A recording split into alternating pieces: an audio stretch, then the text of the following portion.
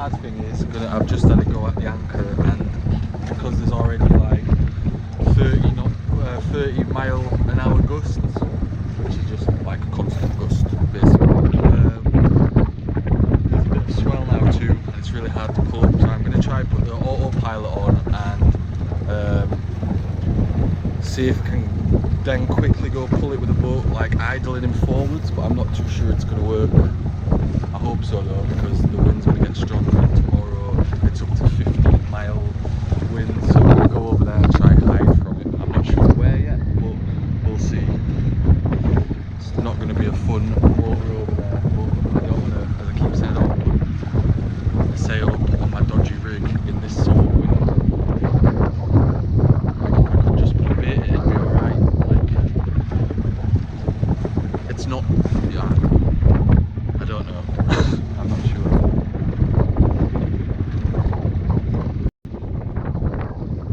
Well, I need to go, so, because I haven't dragged somehow all night, but it was like this last night. It's got a little worse. It was pretty bad last night. I've not dragged, and I'm fairly confident, touch wood, that I'm not going to drag now. Yeah, I can't be anchored out here with 50. That's the swell's going to be too much.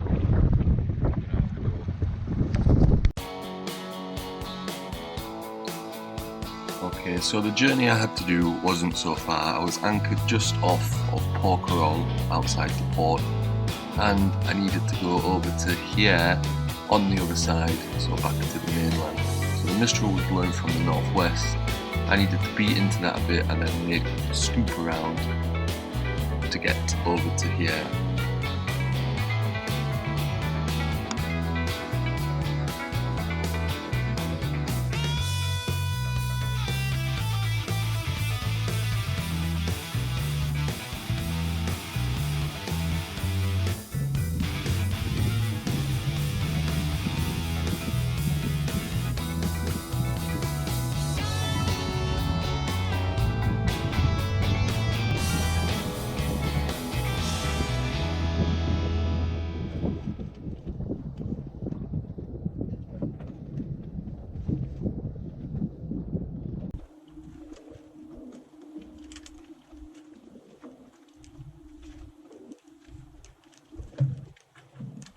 So, still at anchor. Had to leave where I was in Porquorolles Island and head over to Hyeres, which is adjacent to the island, to get out of the Mistral that was coming from the northwest. That's finished now. I was going to go into a port, but I just couldn't really afford, and at the same time I was having issues with the batteries the last few days. I fixed it now. Basically, the wire that made them parallel, the negative side had come off. It was still working, but it was working off one battery, and I was still expecting it to work off the two. Anyway, the laptop's been on all day and it's working again now, and I've been able to charge the GoPro on my phone at the same time. But I'd had it where on a night time I was then plugging my phone in and just taking power really quickly, and the reading kept changing. So it was telling me, it would tell me it was like what it should be based on the two batteries, but then it would, one is then lower than the other because it was taken out from one, so I need to at some point go charge them with a battery charger, get them both straight again, and buy some new terminal connectors that are tight. One battery, the connectors are fine, but when I tried to do it before, I actually just tried to reuse some of the ones I had, which I knew weren't ideal, but I thought it was in place enough, but it turns out it wasn't. Time is, it's about 3 o'clock, it's the 24th of September. It's not recorded anything for a few days, as I said. Like, I was in a Mistral, so I should have got some footage of that. I did get some footage on my phone on the way over here on it, so I've seen that, but if I was on the phone by the time I did the video.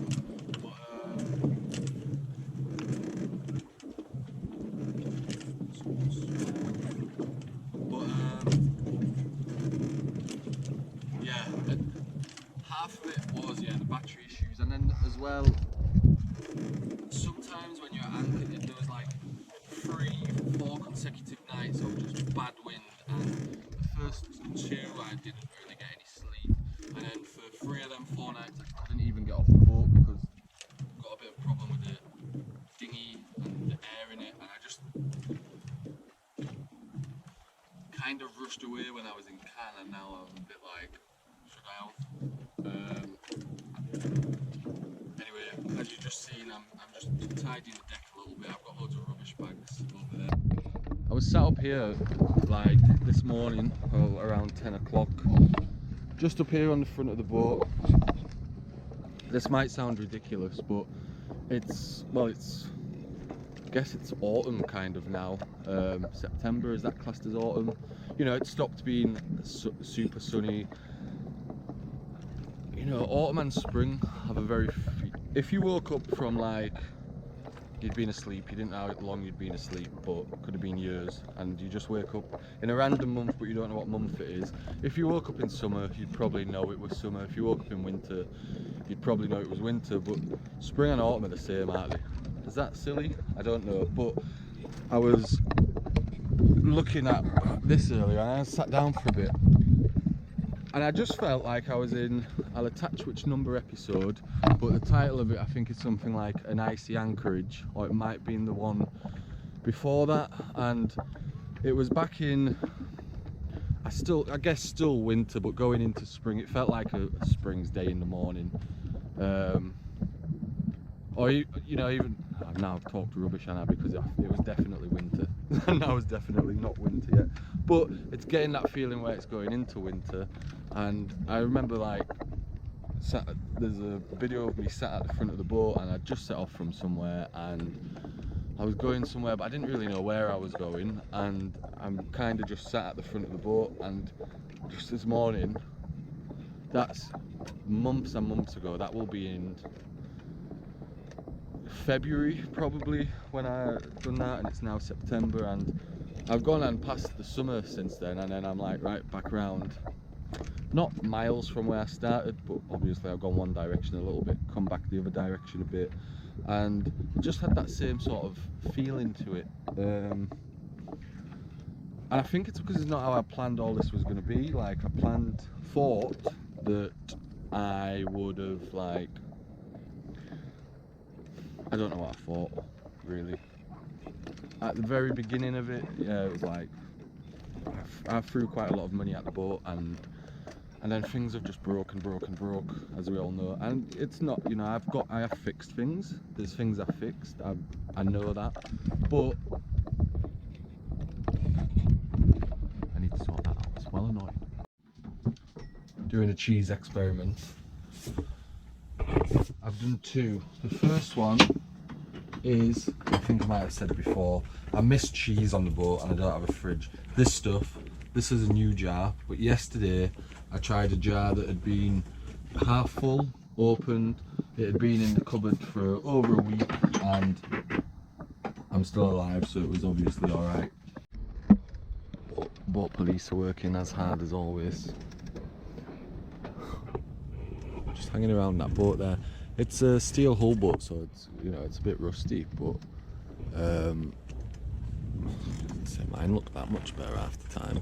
But there's people have been on it because there's normally 2 paddle boards off the back, which aren't there now, so maybe they're just over at the beach, but don't know why they're there, unless it's ruining the scenery. Hopefully they don't come over here and start asking for passport, residency, boat papers, because I haven't seen them boat papers for ages. So, now they're going the other way.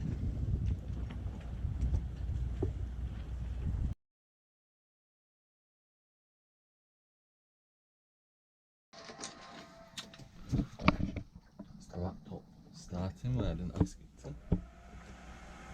I'm not sure if the laptop charges quicker if the battery's off, I would imagine so. But straight away I've just put that on.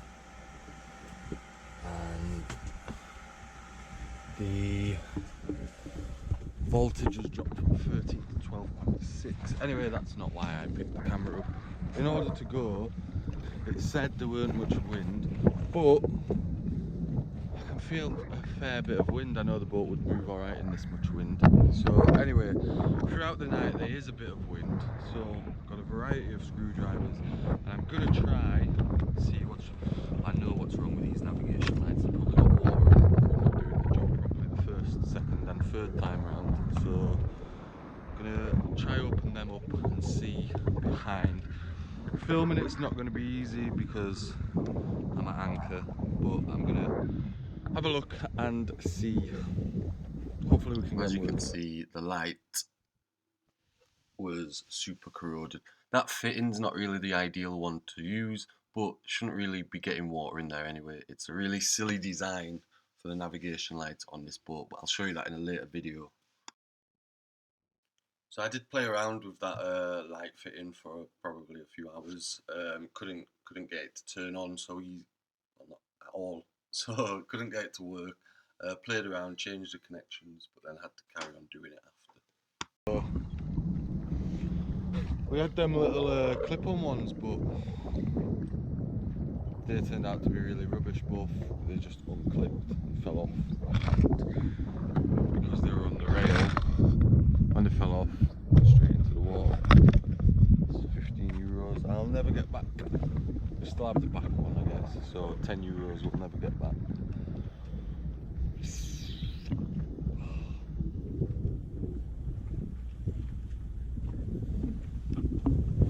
Right. Let's think.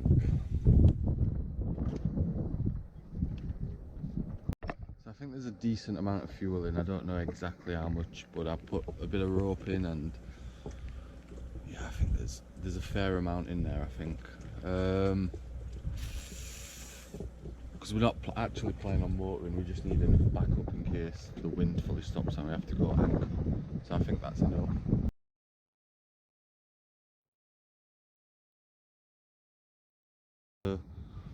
All the time, I pop my head out of the hatch in the morning and it's the first thing I see, sat peacefully on his floating buoy full of bird poo.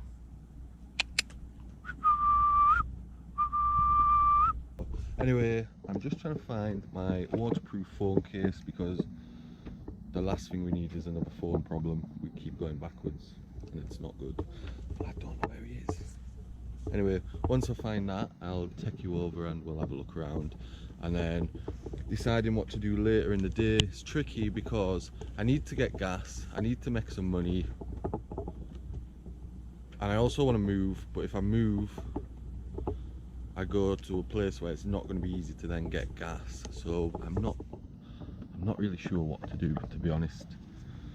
And I know I've been in this position before, and then we managed to sell some boat trips, then it was alright, then I moved. Now I don't know what to do. Yeah. These jerry cans, plastic ones, should be illegal.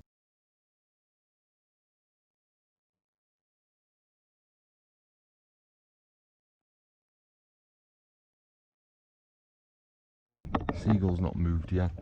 Probably will in a minute. Don't really want to disturb him. Maybe I can just float past him and then start the motor. Not like we're in a rush, is it?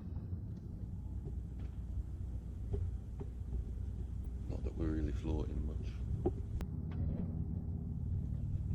What a dirty boat.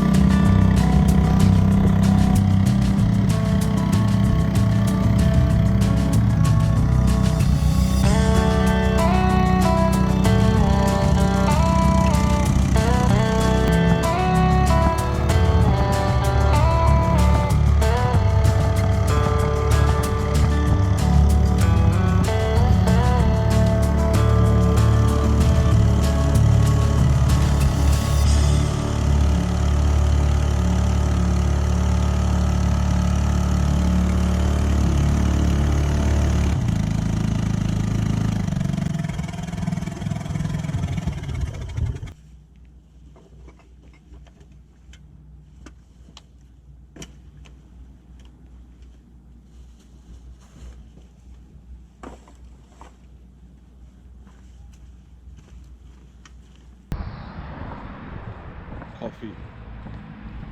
Always important. So yeah, now I'm just walking to the town of Hyeres. Yes.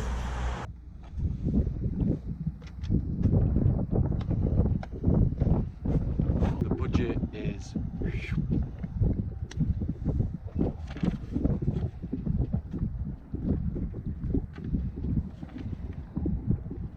what on earth are you doing on a sailboat with no money? Well, I'll get to it. And if you're one of my subscribers who's thinking this guy is never going to sail out of the south of France, don't write me off just yet.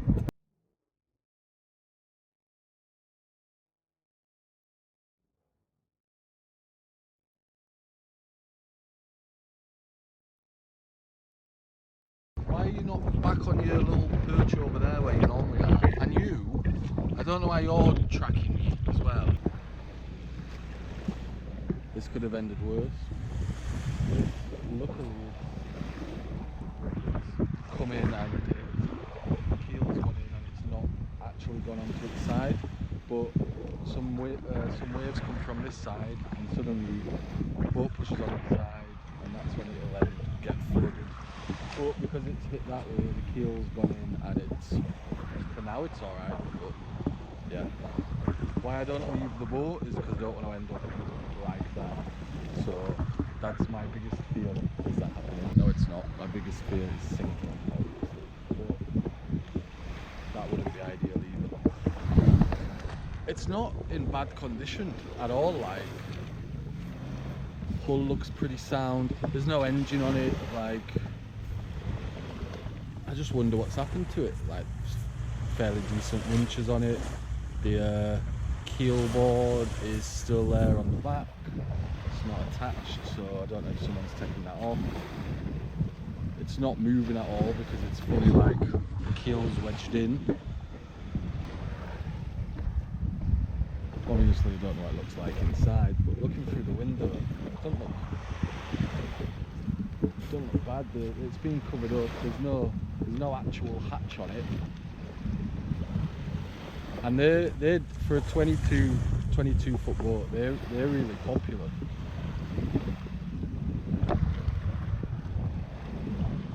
Like the deck and everything looks in fairly good condition, like to the point you wouldn't even need to paint it.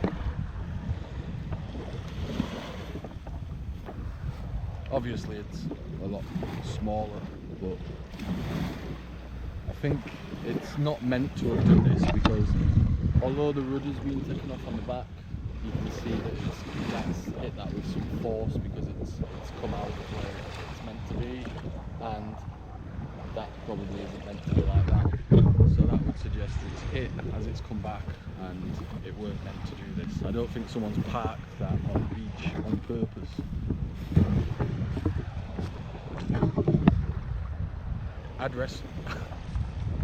Stupid, I know, but I'd rescue that. I really don't think you'd have to put much money into it to be able to flip it, to be honest. I don't know where you'd start to find out about it, but like it's got self-tailing winches on, 4. All the deck fittings are there. Mast is there, boom's there, there's a spinnaker pole. A little 22 foot boat that would be fun to sail that because it's small as well. I'm not sure how you get off the beach, and you probably won't have permission to. I do wonder what will end up happening to it. Doesn't look like there's anyone habiting inside through the window.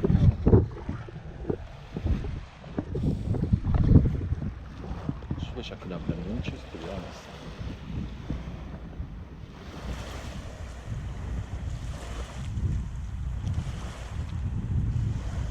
As well, I don't think that mast would be too difficult to get up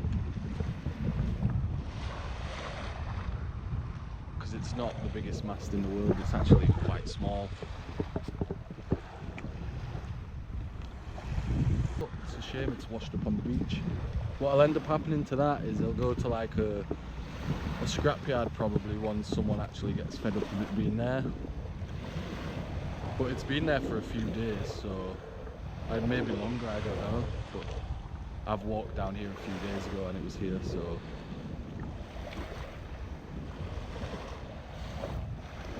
sure you could like dig somehow, and then with a boat with enough force you'd probably pull it off there quite easily, and you wouldn't have to worry about it's not got an inboard, it's just stick an outboard on the bracket on the back and away you go. It's a bad idea. Just go put it on a mooring buoy for the foreseeable future, and then yeah, who knows what'll happen to it. We need to not get involved, but it's tempting. As soon as a bad south wind comes and the waves that'll bring, that's in trouble, and then it won't just be, at the minute it's probably salvageable, but the minute a south wind comes in, it's not going to be salvageable. Once that gets knocked on its side, the keel's probably going to come off, hole in the bottom of the boat, and it'll look like the one we saw back at Cap d'Antibes. So the footage up to this point, I've cut a lot of it out of this video because to reflect on being in here at the time, it really was when it started to feel a little bit like the end of the line. I'd got there, saw out the Mistral, was flat out of money, well, yeah, pretty much flat out of money, and just for a few days I didn't have any gas, which you'll see either in this episode at the end or next episode. I was just boiling the kettle on the barbecue and just eating, well, cold food that weren't to be cooked, and I really just weren't sure how I was going to get out of there, to be honest, or not necessarily get out of there, because I could have always got out of that part onto another part, but it was while I was there I started well, going to the idea of like stranded in the south of France. So there was quite a lot of footage of me explaining what the situation was.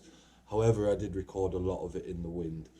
But I remember talking to a friend on the phone and saying like it just feels like it's kind of coming to an end. It was just a really weird feeling. It weren't a nice feeling. It was like summer had kind of concluded itself now. Not really got done everything I'd planned to get done, not got to where I'd planned to get to. I was sat at an anchorage that weren't the nicest, and the wind some days was quite strong, some days weren't, and I sat there probably for, I'll check and I'll put it here, but way longer than I anticipated sitting there. The plan originally was to just go over to get out of that Mistral from while I was over on Porquorolles, and then I ummed and ahed with the idea of like trying to see if I could sell some boat trips from there, and I did then, I think I might have quit out of here, but I did then actually sell a boat trip that was going to be from Cassis, which is where I am now, but that in itself was quite a big stress. It was going to be for 10 people, which really is too many, and really I needed to do it, but I know they had quite a high expectation. That I told them that I'd repaint the deck and stuff, and then in the end I was only going off their deposit, and it was too much of a risk, because even though they'd paid the deposit, that would have been non-refundable, but I could have spent that on painting over the deck and everything else, and then I wouldn't stand to make so much money from doing that boat trip. So the whole time, I'll just keep moving around because I don't want the light to go off, but the whole time I was there, it was really just like, it felt like it had come to an end and I really didn't really know what to do. So there were hours and hours of footage, but none of it really makes any sense. There's parts where I was explaining what was wrong with the boat, But it don't make much sense to put that in now anyway, because I can just record it better now that the GoPro's not out in the wind. So yeah, that's really what was happening there. It's a bit of a blur, to be honest, to be there. I remember there was a big full moon while I was there, and I spent the night just sat staring at the moon for hours on end. And there was one other big catamaran with like one person on, but while I was there, I didn't know anyone, and I'd gone and I'd left Cannes at Cannes/Antibes in the rush that I'd left, and then I didn't know if I'd done the right thing, because at least over there was a bit of familiarity, but I'd done it, and I was in two minds whether I needed to turn back, because maybe work would have been a bit easier to find, and yeah, I didn't really know what to do. I've said loads of times about various different things, but I was on end of just sitting wondering what on earth to do. In the end, the boat got quite a big clean-up. I tidied it all, and yeah, then I planned on doing this one boat trip, but I was in two minds about doing it, and the honest truth of the matter is I just didn't really know what to do. So I could have put in all the footage of me umming and ahhing about what to do, but the truth is I didn't know what to do, and I was really starting to wonder if it was time, probably. If time was up, which I sometimes wonder it now, but yeah. In the end, I started to think that was what I'd have to tell, how I was going to get out of the mess I was in. And in the upcoming episodes, you'll see a bit of a final sort of push to try and like get somewhere in order to be able to make some money. But yeah, for the sake of this episode, that is why so much time passed and there's not much footage of being there. So yeah, thanks for watching, and in the upcoming episodes we go from here to try and go do a last grass boat trip, and then try and head towards Mallorca with some crew on board. So that'll be coming up in the next few episodes. See you next time. As always, thanks to everyone who's liked, commented, viewed, shared the videos, and to everyone who's supported on Coffee and Patreon. See you next time.